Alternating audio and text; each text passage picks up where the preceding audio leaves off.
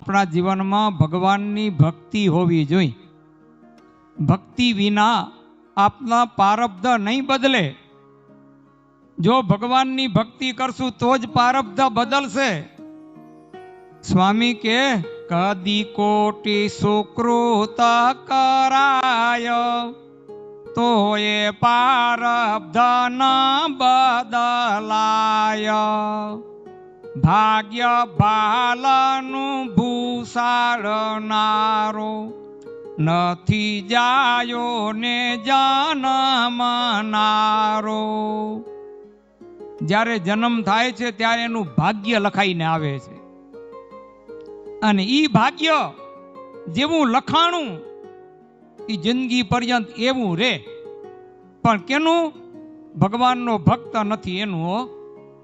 જે ભગવાનનો ભગત બને છે એનું ભાગ્ય બદલાય છે. સ્વામિનારાયણ ભગવાન વચનામૃતમાં એમ કે રાખ હોય તો રાજા થઈ જાય.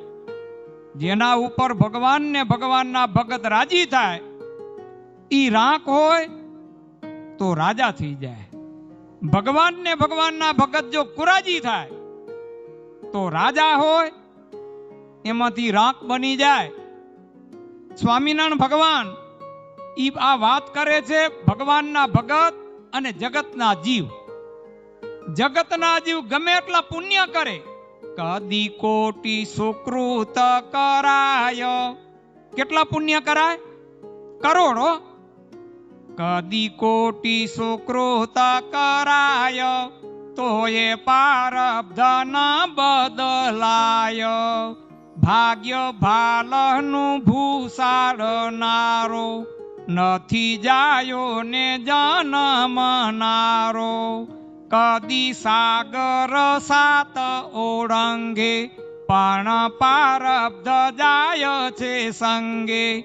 એવું પૂર્વ પ્રારબ્ધમાં બળ નડે રાગી ત્યાગી ને સકળ. પ્રારબ્ધ બધાયને નડે છે. એક ભક્ત હતો કઠિયારો, લુખી રોટલી ખાય બિચારો. લાવે ઈંધણ જંગલમાંથી, ગુજરાન ચલાવે એમાંથી. સ્વામિનારાયણ ભગવાન આ ગઢપુરમાં બેસીને કથા કરે છે કે ભગવાનનો ભગત કઠિયારો રોજ જંગલમાં જાય, લાકડા લઈ આવે, વેચે, એના રૂપિયા આવે એમાંથી લોટ લે અને એમાંથી ગુજરાન ચલાવે. પણ છે ભગવાનનો ભગત, ભગવાનનું ભજન કરે છે, ભક્તિ કરે છે, પણ ભાગ્ય એવા લખાઈને આવ્યા કે રોજનું કમાય ને રોજનું ખાય. અને જો કમાય નહીં તો ખાવા ન મળે. મેઘ એલીમાં અષાઢ માસ, થયા અન્ન વિના ઉપવાસ. એમ કરતા કરતા ચોમાસો આવ્યો અને વરસાદ વરસ્યો. એક દી નહીં, અઠવાડિયું થયું વરસાદ ચાલુ.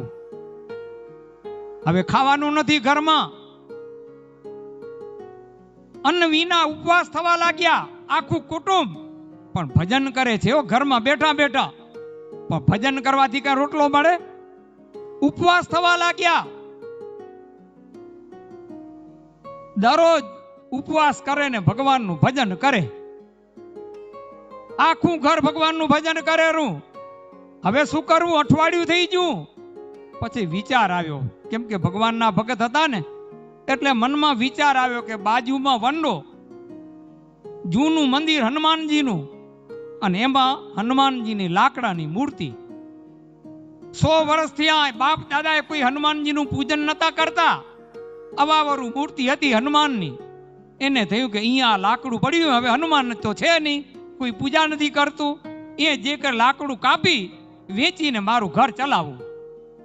લઈ ગયો કુવાડો, વરસાદ વરસતો હતો અને ગયો ત્યાં. લીધો કુહાડો જ્યાં કાપવાને, હાથ ઝાલી લીધો હનુમાને. હાથ ઝાલી લીધો હનુમાને કે ભાઈ તું મને મારે કાંઈ? તો કે ઘરમાં ખાવા નથી, મને એમ કે તમારું કોઈ પૂજન કરતું નથી, હવે તમે તો લાકડું છો, હનુમાનજી છે મને ખબર નહીં, એટલે તમને કાપીને વેચીને મારા રોટલા ભેગો થાઉં એટલે આવ્યો હતો. તો હવે મારો હાથ તો છોડો.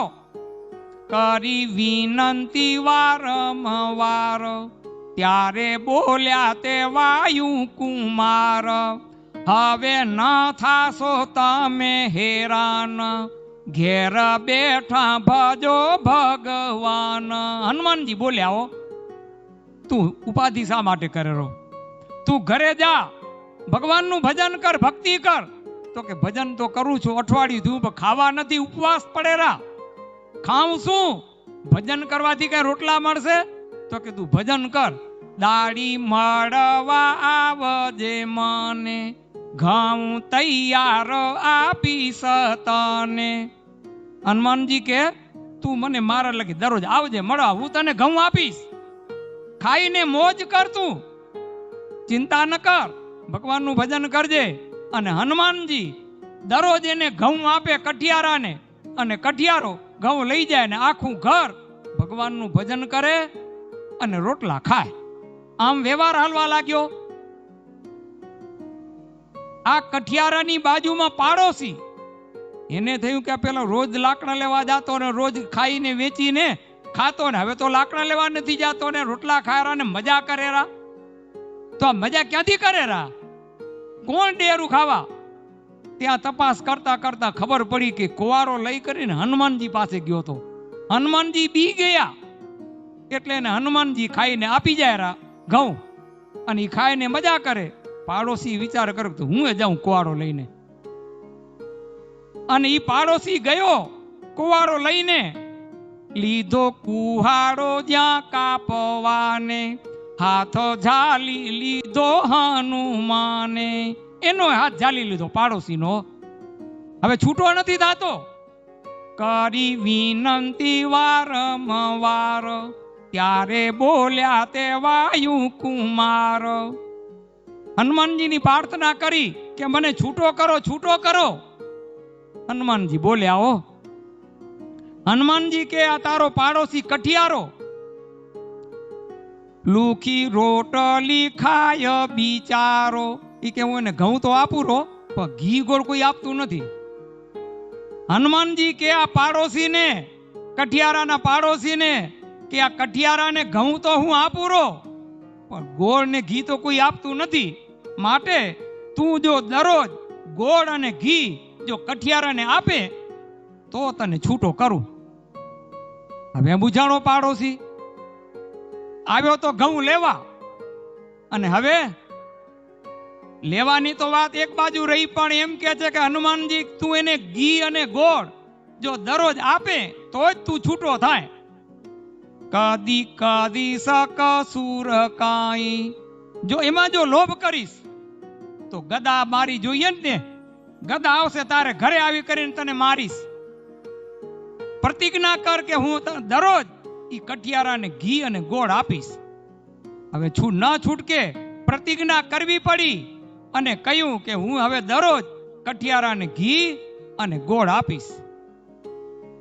ઘેર જઈને ઘી ગોળ લઈ આપ્યા કઠિયારાને તે જઈ. પોતાના ઘરેથી ઘી અને ગોળ લઈને ગયો કઠિયારાને ઘરે કે ભાઈ તમે આ લો ઘી અને ગોળ. કઠિયારો કે મને હરમનું ન ખપે, હું હરમનું નથી ખાતો. પર સેવાનું પચે અમારે, ઈ કે મને પરસેવાનું હોય પચે, હરમનું ન ખપે. આ પાડોશી કે છે ભાઈ હું તને હરમનું દેવા નથી આવ્યો, મને હનુમાનજીએ મોકલ્યો કે તું આ કઠિયારાને દઈ આવ એટલે આવ્યો, ને તું જો નહીં લે તો હનુમાનજી મારે ઘરે આવશે ને ગદા મને મારશે, મને હનુમાનજીનો માર ખાવો પડશે. માટે તું આ ઘી અને ગોળ લઈ લે, હનુમાનજી કહ્યું એટલે હું તને દેવા આવ્યો, અને દરરોજ દેવા મને આવવાનું છે હવે. એટલે કઠિયારાએ લીધું.